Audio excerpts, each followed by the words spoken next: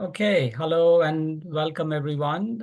Thank you for joining us today. My name is Adil Abbas and I'm a licensed financial advisor.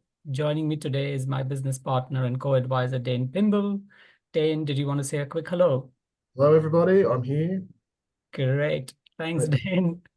Some housekeeping. We like to keep these sessions interactive, so please participate via chat or going off mute when we stop for a conversation. Feel free to turn on your camera. This will make it a more human experience for all of us. Uh, Before we get started, please note any opinions or recommendations we discuss today would be general advice only. If you wish to act upon anything you hear about today, we do recommend seeking advice from qualified professionals prior to making a decision. Now, if this is the first time you're joining one of our workshops, then just a bit about us. At Own Financial Planning, we have one simple philosophy. It's that life is more than money. Money is simply the tool that enables you to live your best life. So it is our mission that in all our advice, we aim to align money decisions with key life decisions. Now, we often find that whilst most people are excited to make a plan to achieve their goals, however, when it comes to implementing the steps required to achieve their goals, they get stuck. And they get stuck for various reasons, such as past experiences and getting advice from well-intentioned family and friends. Hence, we are excited about our workshop today to help you get unstuck with your money decisions. So that's a bit about us. We'd like to first know what brings you to this workshop. So let's do a quick poll. Right, let's see if I could get 2 from 2 and get this poll up and running. Yes. There we go. Great. Here we have the poll.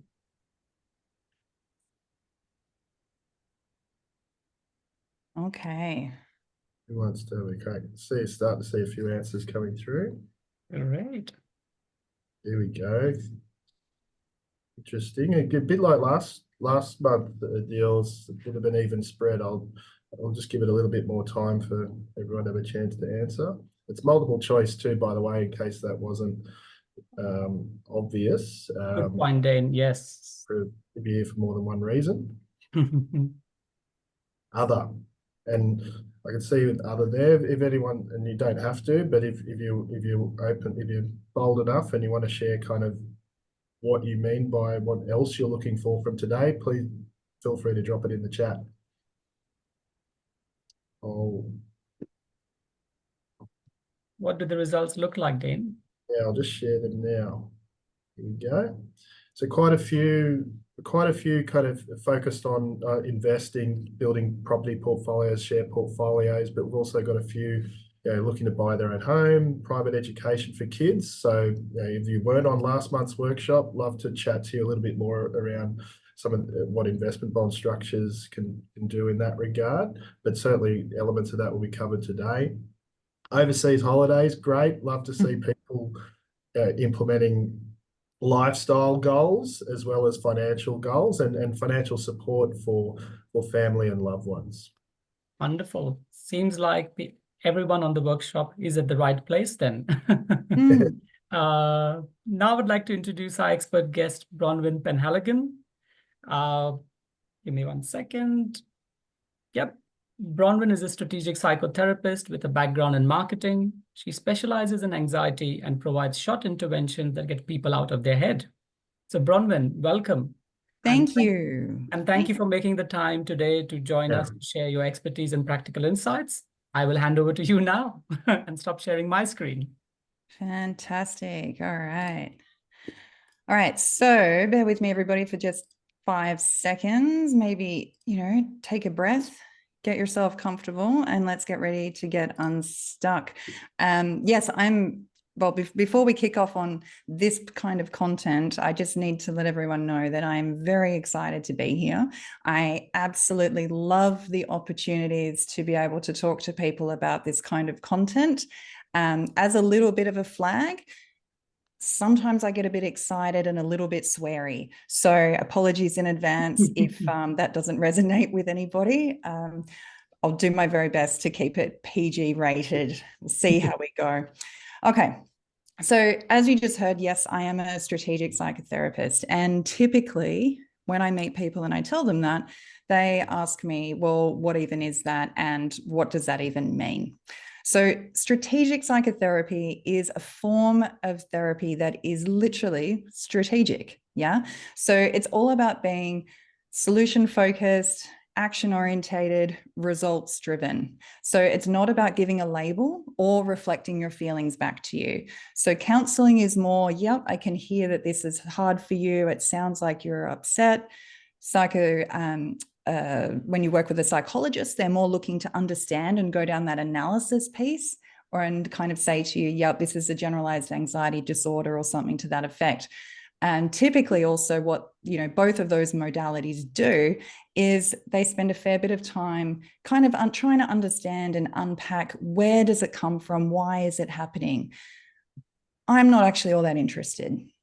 There's a reason, right, that your windscreen's bigger than your rear view. It's because you're not going that way.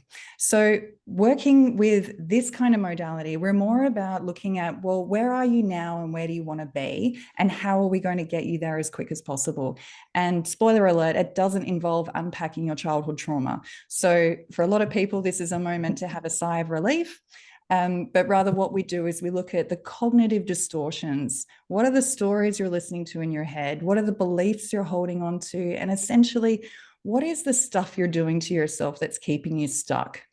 And the reason that we work in this way, and it's my most favorite way to work, is I don't have a time machine. Yeah, I can't give you a better childhood, just like we can't change what you had for breakfast this morning. So knowing that people come into clinic and they choose to do these kinds of interventions to change their future, not their past, that's why we focus on, where are you going? How do you want to get there? What are the levers we can pull, the buttons we can push, and how can we get you moving faster than ever? So that's a bit about me and how I work. Hopefully it gives you a bit of a framing as to what we're going to bang on about today. So first thing I guess we need to land on right now is we're all proper grown-ups. And what comes along with being a proper grown-up is a lot of responsible decision making. And sometimes that's really cool and it's really exciting and it's really, delightful. Other times it's like, oh my gosh, there's so much to do. There's so many decisions to make. I remember when I was, very first becoming a proper grown-up, and initially it was really nice having to be able to decide what I had for dinner every night. And now I'm pretty sick of that particular question. But thinking about this from a little bit more of a serious perspective, as we are proper grown-ups and we're living in this construct and this world that we're in, the economic situation, I don't need to tell you, you know this, you're feeling it. Yeah, the cost of living crisis is putting a huge amount of pressure and stress on everybody. I read an article last week that came through from the Info Choice talking about the state of Aussie savings, and there's 3.4 million Australians that have less than $1,000 left in their savings now. So they're not only vulnerable to financial shocks, but it basically means that emergency fund that we used to have has been whittled away. Yeah. An emergency fund is a balance typically anywhere between 3 and 6 months of expenses. I don't know that $1,000 is really going to cover that. So we're in a pretty shitty situation. There's a lot of financial pressure. There's a lot of stress, and therefore meet anxiety. So I'm not sure if you guys have small children or also just, enjoy Pixar cartoons, but the latest Inside Out #2 introduced the anxiety character to us on the big screen. It's actually a really great movie for those that love neuroscience. But essentially, anxiety is happening for pretty much everyone now. We're all feeling really stressed out and overwrought. And when you think of anxiety and what it is really, look, it's an uncalibrated fear response to a trigger. So just like your smoke alarm can't tell if your house is legitimately burning down or if you just burnt the toast, it goes off full noise anyway. Yeah, that's what it's programmed to do. And that's pretty much the same response that we have in our bodies. So when the stressor comes in and the pressure and the, a shitty email or some kind of like moment that gets you feeling a little bit on edge, your body goes full noise. So you get that situation where your heart rate increases. You feel it in your stomach. Maybe your stomach's in knots. For some people, they get sweaty palms, which is really awkward, particularly if they're about to go into a business meeting. Some people do the 1980 shoulder pads and hold lots of tension and energy up in their shoulders, and they start to stress out. They're clenching their jaw, they're thinking really fast, they've got a dry mouth. Essentially, the body is getting prepared to fight or run, right? The fight or flight response. And in your brain, there's so much going on too.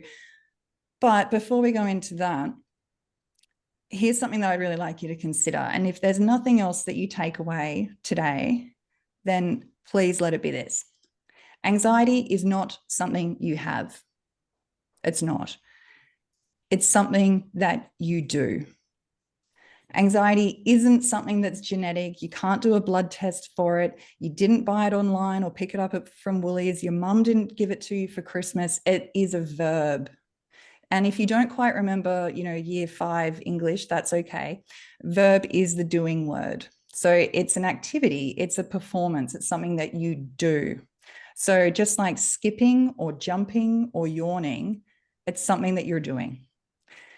And that means it's something that you can stop doing.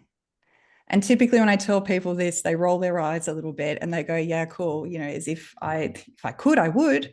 But the reason why you haven't been able to is because you haven't quite understood how you've been doing it. Everything is a process, and so is anxiety. And this is what it looks like. So what you're seeing on screen now are the Gordian pillars of anxiety. Now, these have been developed by the Institute of Applied Psychology. It's working from the work of Michael Yapko. And essentially this dude, Gordon Young, put it into this image and then whacked a trademark on it. So it was a really solid commercial move from him.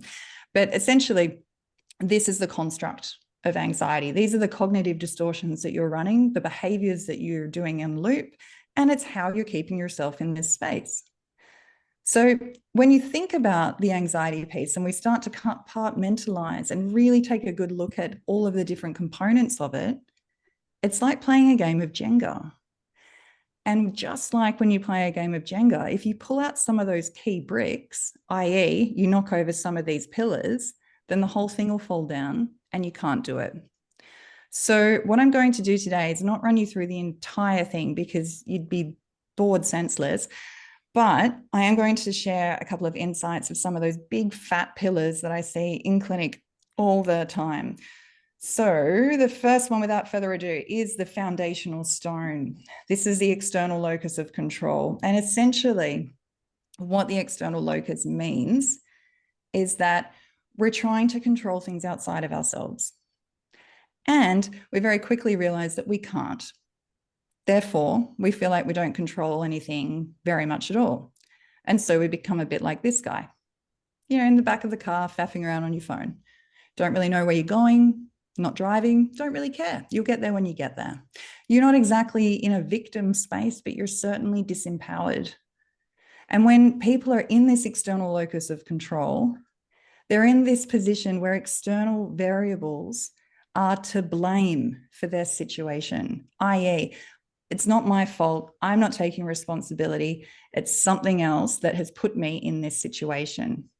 And when it comes to things like the money stuff, you'll hear stories around like, oh, well, my family's always been, really bad with money. Or, oh yeah, look, there's no point investing, the economy is so crap. Or then the other one where it's like, well, look, I'm just not good at managing this money stuff. I never got taught.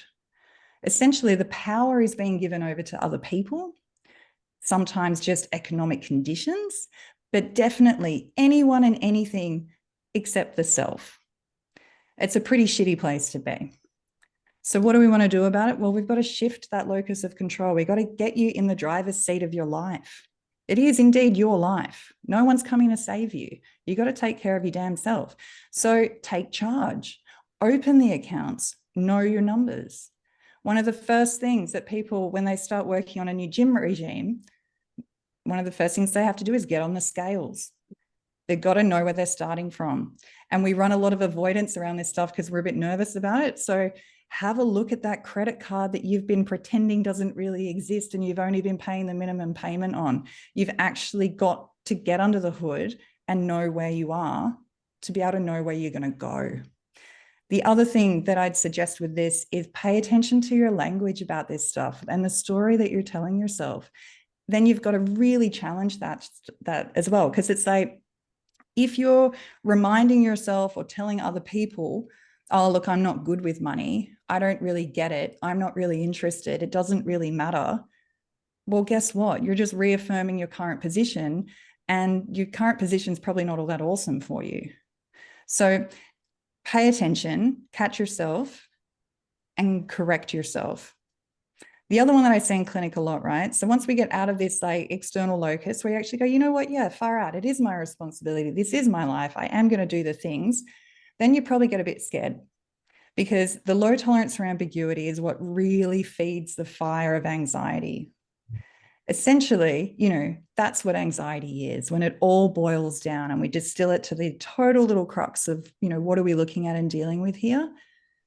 Ambiguity, the fear of the unknown.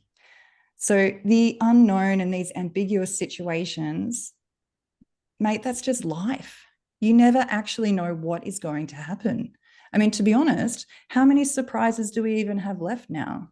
You can, even if you're pregnant, you can find out the sex of your baby before it's born. So in the absence of information, we either seek information or we make up stories and imagine them. And typically what we do here when we're in our imagination space, because we are so creative, is we spend a lot of our energy imagining the worst case scenario. Yeah.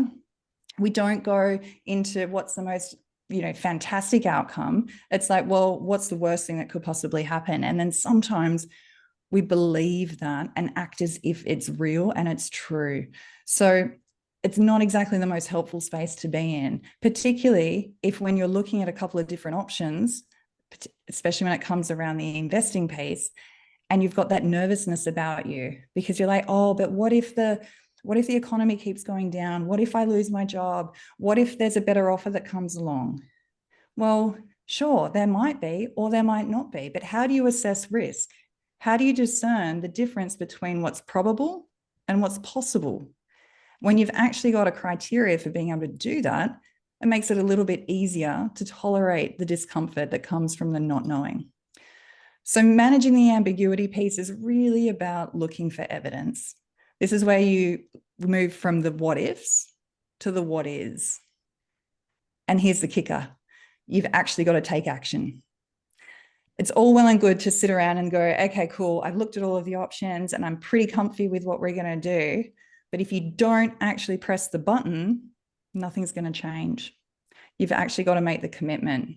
And I know it's scary, and I know it means rolling the dice, but that's why you've got people around you that you can trust, that have walked down that road, that have been through that tunnel, and that have the expertise and the case studies to be able to give you some form of comfort and solace around it. So with the overthinking piece, and this often happens when you've got a few different options that you're weighing up. Is it this school or is it that school? Is it this, you know, round of stocks or is it over there? Like, should we invest in Mackay or down in Tassie? You've actually just got to give yourself a deadline, because you can go over and over and over this stuff many, many, many times. And you can get yourself in a position where you're just procrastinating. And then everything changes, everything shifts. And then you're like, oh, shit, I should have just done it in that first week that he sent me the proposal. So I know that the guys at Own Financial are really good, that they don't push people, but they will help you stay accountable, because you're obviously going to be working with them for a reason. Yeah. So give yourself a deadline, commit to the deadline, make a decision, and actually just do stuff. When it comes to being able to decide, what are we going to do? What are we not going to do? Which one do we choose? A lot of people tend to rely on their feelings. And this is where the ineffective compartmentalization comes into effect. So this is essentially, I mean, it basically takes up the entire screen, right? But ineffective compartmentalization is a really fancy way of just saying, I'm not quite sure how to check if a thought or a feeling is valid. I can't park a thought. I believe everything that I think and I get carried away with it. I can't discern between the two. So there are some decisions that need to be led by emotion. Absolutely. But there are others that emphatically just should not. If you think about the property purchase, right? I know a lot of people on here are considering buying. Some are considering an investment piece, some are considering somewhere to live. how much emotion should you invest or should you use as a weighting and a determination of what to buy? Well, if it's where you're going to live, a fair bit, right? Because you have to imagine yourself there. You know, where are you going to put your furniture? Where are you going to put your dog? You know, how's this all going to work out for you with the lifestyle piece? But when it's an investment piece, well, it's not so much about where the furniture goes because you're not going to be living in it. So it's kind of who the cuss cares. And actually with the investment piece, it's about what does it look like? How does it ladder up? What's the projected, you know, fiscal uplift of this? Can we afford it? Is it negatively geared, positively geared? That kind of stuff. The house, emotion. To live in, emotion. To invest, no, don't. 100% don't, because it clouds your judgment. When you're excited, you tend to overestimate the chances of success. When you're in an anxious space, like if there's stuff going on in other areas of your life, it's going to spill into this and affect it too. If you're feeling down and flat and a little bit low vibe, then you'll probably settle for something that isn't exactly what you want. And when you're in that anger space or feeling embarrassed, man, sometimes then you'll take a long shot and you'll roll the dice when really you should be making more of a concerted effort to actually think things through. So essentially, in a nutshell, when it comes to money, making decisions based on how you feel is a really shitty strategy. This one is better. This is a decision-making matrix. So I get it that when you've got a few different options that you're toying between and you can't quite decide, there's obviously a few different packets of pro and con lists, right? And it's hard to hold all of that information in your head and figure it all out. And how does, you know, the pros and cons of option 1 ladder up against the pros and cons of option 3? And, you know, all of that kind of stuff. There's a lot going on. So this template, you can feel free to grab the QR code there. We will send it out after the call as well. But essentially this template gives you the framework to be able to make a decision without having an emotion as one of your consideration pieces. Because we bring it down to just basic year 7 math.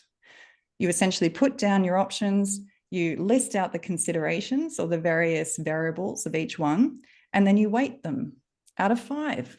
You know, is this really, really important? Is it less important?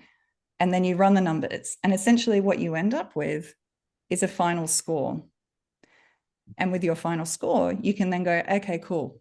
Yep, that's the best decision to make here. This is a really great way to be able to really just expand it through and think about it more logically, completely void of emotion.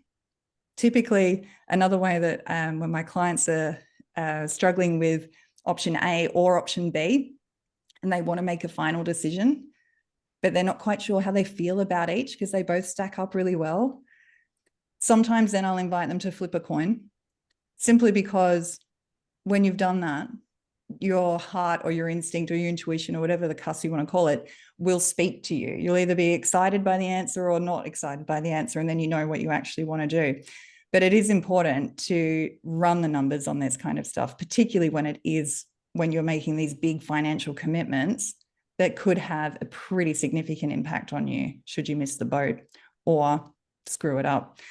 So this template is something that I typically give people that work with me in clinic, and we do it as homework. They basically just get sent home to kind of figure it out. And it just essentially helps you just make more balanced choices.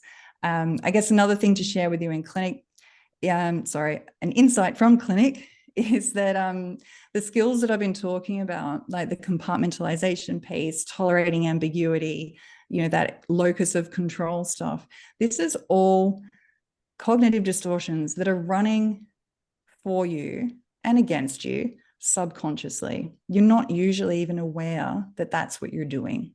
Just like when you meet someone in a business setting and you see the bit up the top, you know, the tip of the top of the iceberg, they're showing you what they want you to see. They're presenting to you in a way that they believe is going to resonate with you. You've got no idea what's really going on for them in the rest of their life. And also, again, in business, it's probably not all that relevant. But with your life, the way that you're running and behaving in your life is pretty much the top of the iceberg too. The majority that's driving your behavior the stuff you say, the way you show up, the things you choose to do or not do is being driven by what's going on underneath the bottom of the iceberg there, your subconscious. So in clinic, I work with people directly with the subconscious to get real change happening real fast. Mostly because I come from a marketing and advertising background and I'm really friggin' impatient and I don't like sitting around and holding hands and singing Kumbaya and hearing the same story over and over. But also because when people feel like shit, they want to feel better really quickly, particularly when they're high performers, when they're running businesses, when they've got stuff to do, and sitting around and being with their feelings, mate, it only gets you so far, right? You get to this point where you really just don't have a tolerance for it. You just need to do better. You need to be better. And this is what works with that, because we go directly to the subconscious through using clinical hypnosis. We make the changes there. So those cognitive distortions, we just mess with them a little bit and stuff them up, and then they can't run. That's how the Jenga game falls apart. Clinical hypnosis is not like stage. You don't cluck like a chicken or imagine you're having a baby. It's not mind control. It's not weird and creepy. It is literally scientifically proven to just be the most effective way to get enduring change happening really quickly. And I guess if I can give you an example of that, think about the times that something was really stressing you out and you met with some friends, maybe split a bottle of wine or two and had a good bitch about it and talking it through. It made you feel a bit better, but nothing really changed. Yeah, because you've got to get that change happening at the fundamental subconscious level, which is why the talk therapy piece only gets you so far and why this style is so much more effective and why I'm a big fan of it. I guess if there's one thing I can leave you guys with as a concept to stick with, obviously, you don't have anxiety, you do anxiety, which means you can stop. I can help you with that.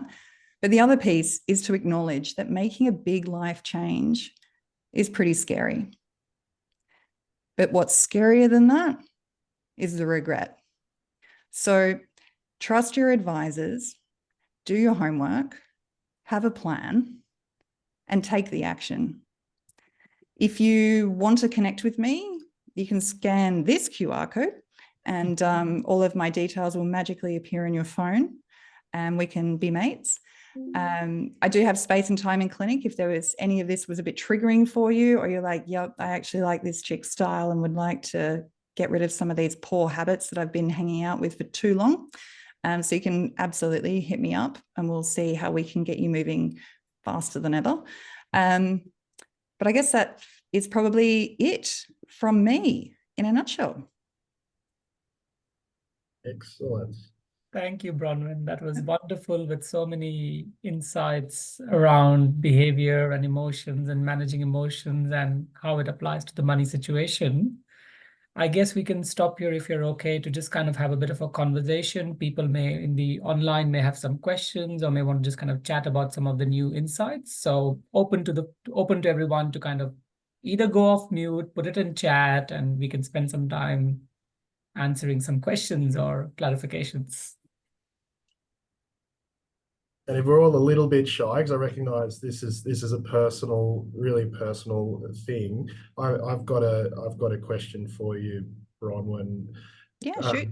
Somewhat selfish, but hopefully beneficial to the audience in that it's part of how we aim to try and be better advisors to our clients. Often, and some of the stuff that you spoke about really resonated with us in terms of the experience that we go through, working with our clients, particularly around that ambiguity, is because a lot of what financial planning is about is part of the way we're trying to go about it is optimize the present as well as plan for the future. But that future involves making decisions where the outcome is not perfectly known. It's done in a way where it's the most logical path to follow that's going to give you the best chance of achieving the goal. And what we find is there's a lot of enthusiasm. Once someone's decided to come on board with us, there's a lot of enthusiasm about putting together a plan. Is that this is going to help me achieve a lot of the life goals that we're working towards. Then when we get to laying out that advice and we're into implementation stage, sometimes what happens is a lot of the apprehensions start to come back right at that point, just before you're pulling the trigger. And that's kind of after a process of showing how the recommended strategies align to the goals and the values that our clients have. So it's what they want, it's what's real, and they've bought into that process along the way. Yeah. How can we help in that process, in kind of gently nudging them over the line to do what we know, what we truly believe is going to help them move forward? Oh, yeah, it's tricky, right? Because essentially what you're doing is you're asking someone to change. And to make a change based on something that they're a little bit nervous about, and that, to be honest, no one can actually guarantee is going to work for them in the way that it's been suggested. So it's also a trust exercise. You're literally saying, you know what, let's just roll the dice, let's see where it goes. And there's a piece in there that, yes, the anxiety bit kicks off, but mostly it's around the tolerance for discomfort.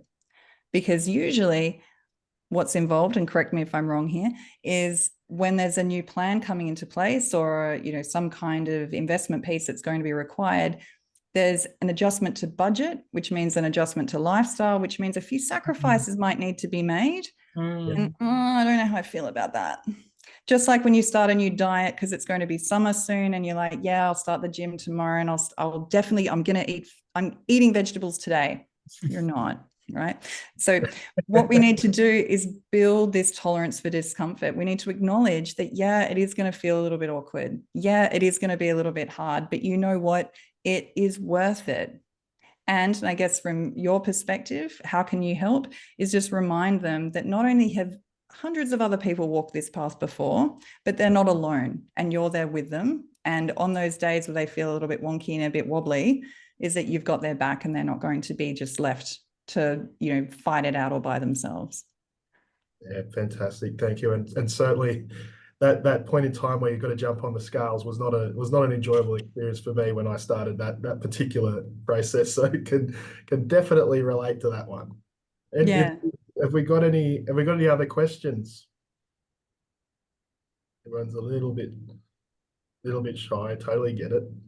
I think what else is really interesting, right, is I work with a business coach, and when he and I were first talking about, you kind of do that thing where you interview each other to feel if it's a good fit.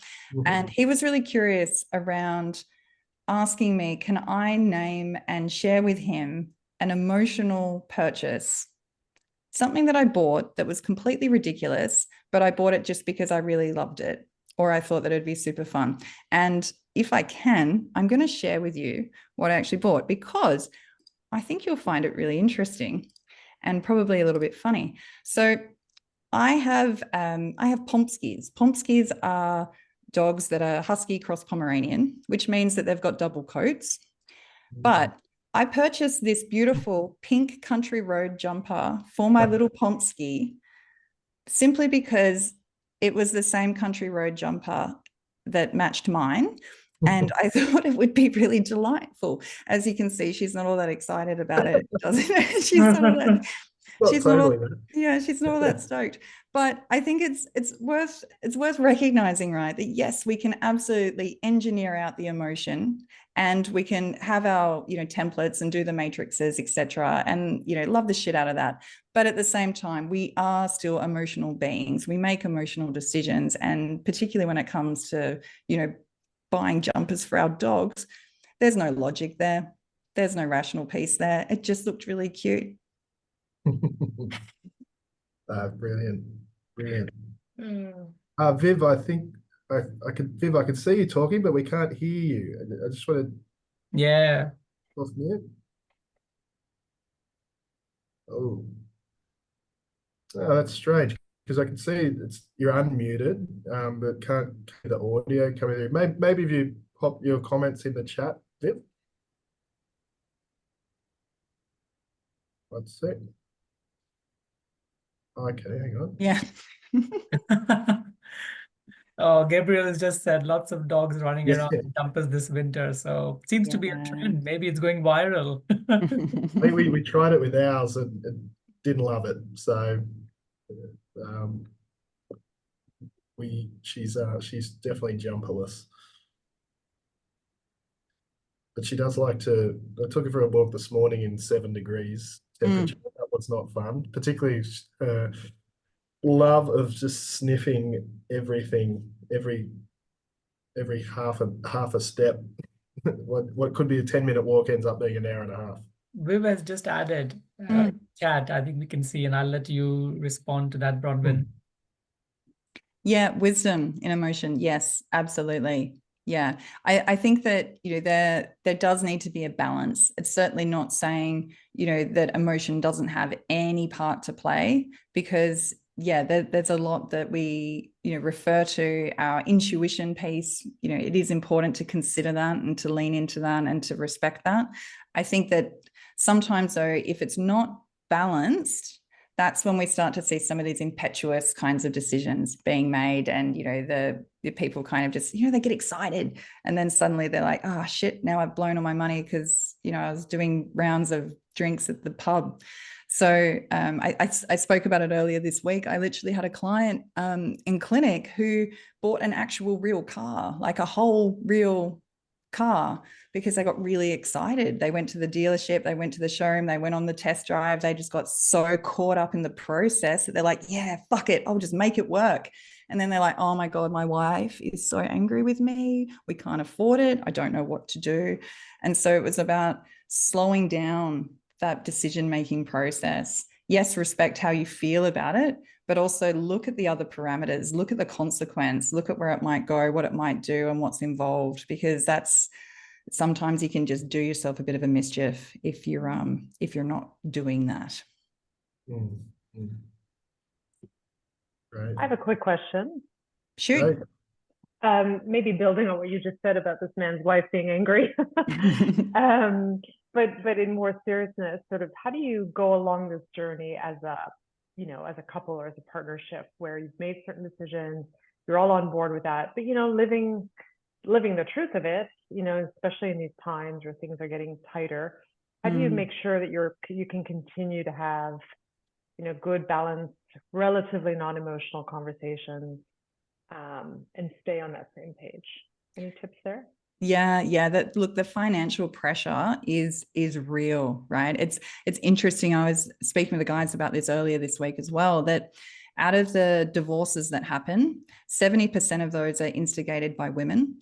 And the majority of situation there is because the man has either had a mental breakdown, he's gone poorly in business, lost his job, or essentially, you know, there's been some other significant financial factor that has, you know, disrupted everything. The whole construct of, you know, the financial stuff is huge, and it puts an incredible amount of stress and pressure on relationship. So in terms of how to navigate that on a day-to-day, it's about coming back to the basics of what did we agree? Why are we doing this? What is this going to achieve for us?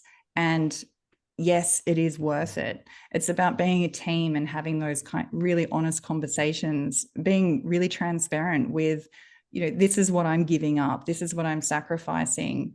Are you, you know, also making sacrifices? I think that sometimes we get into these patterns where we kind of think and we assume what's going on for the other person without actually checking in.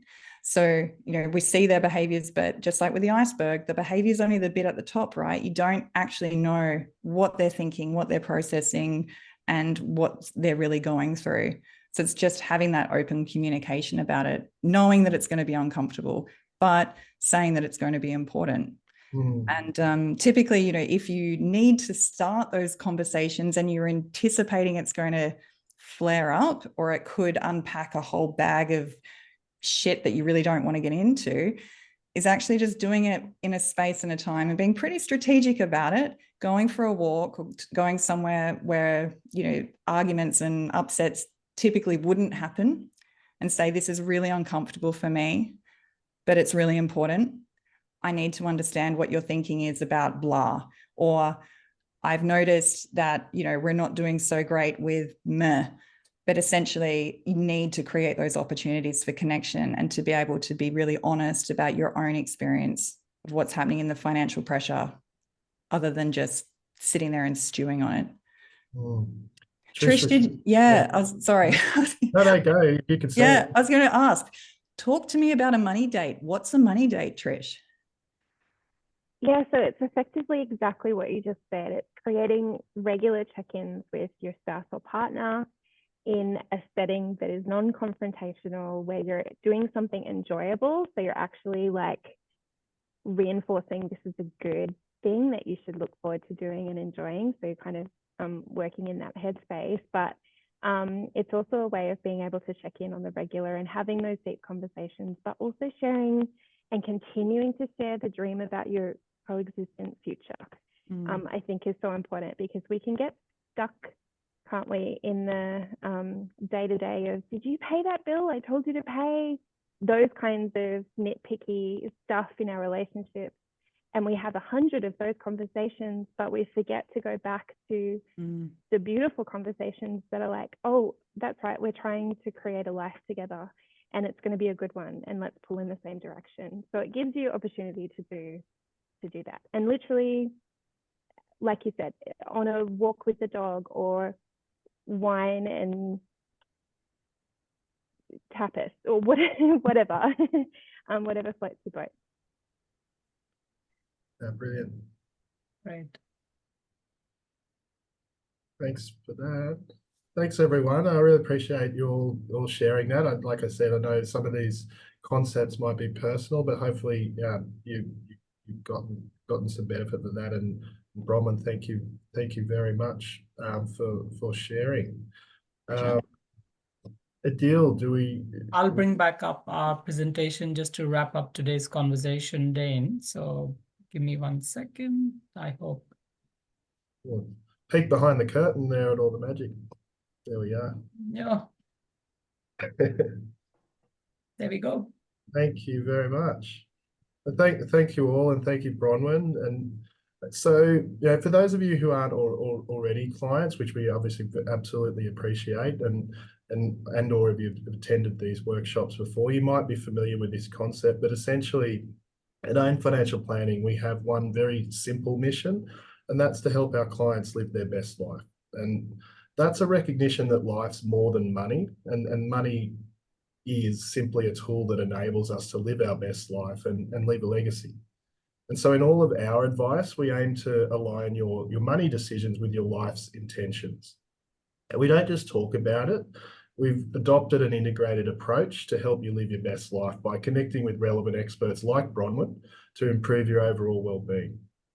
And we partner with specialists in all of the traditional areas: legal, insurance, accounting, property, lending, but we also partner with specialists in the non-financial fields that help you in other areas of well-being. So we've got relationships, with mental health specialists such as Bronwyn, who we're really grateful for you giving us your time today to speak, and amongst a range of other fields of professions that we work with. So when you work with us, we ensure that your financial plan provides for investing in your overall well-being, not just growing your wealth. So hopefully that helps avoid the guilt of spending along the way in the present, whilst worrying about the future. And understanding your emotions and how they influence your big decisions is an extremely important contributor that we see in helping you, or in hindering you achieving your goals. And so we hope you found Bronwyn's insights today on this topic really helpful in guiding you through kind of what life throws at you. And if you found today's session useful and you aren't already one of our valued clients, we'd love you to take the next step. And if you are willing to do so, I encourage you to book in a time for a free strategy session. So the link's on the screen there, but we'll also send you those details following this presentation. And yes, you might be thinking, why is that free? What's the sell? We know that a certain number of you that go through that session will want our help in implementing your best life plan. And if that's you, fantastic, we'd love to work with you. But if not, at the very least, you'll walk away clear about the next steps needed to build your plan. So that's all we've got time for today, and hopefully you found that session really informative. And if there are any other questions, I'll shortly open it up for that.